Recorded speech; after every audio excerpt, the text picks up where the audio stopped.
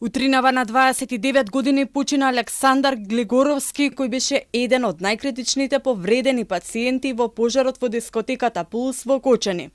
Ден по трагедијата тој беше префрлен на лекување од градската болница во Литванија, но неговата состојба од почетокот на април почнала да се влошува.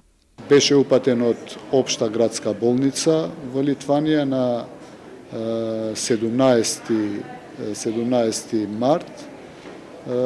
Неговата состојба беше тешка од почеток, меѓутоа од 4 април веќе се влошува уште повеќе. Од вчера пациентот беше ставен во хемодиализа. Покојниот Александар имаше повреди 35% изгореници од трет степен, со изгореници исто така во дишните патишта.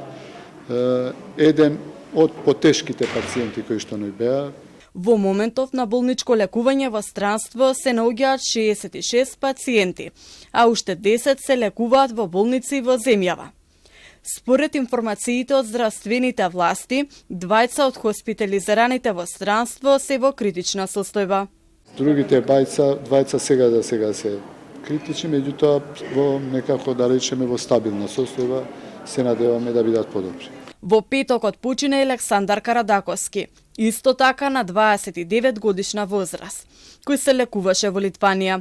Тој беше најкритичниот пациент со 90% изгореници на дишните патишта. 61 лице починаа по пожарот во дискотеката Пулс во Кочани, а меѓу нив и 6 малолетници. Ден по трагедијата животот го загуби возачот на брза помош кој ноќта неуморно превезуваше повредени од Кочани до Скопје.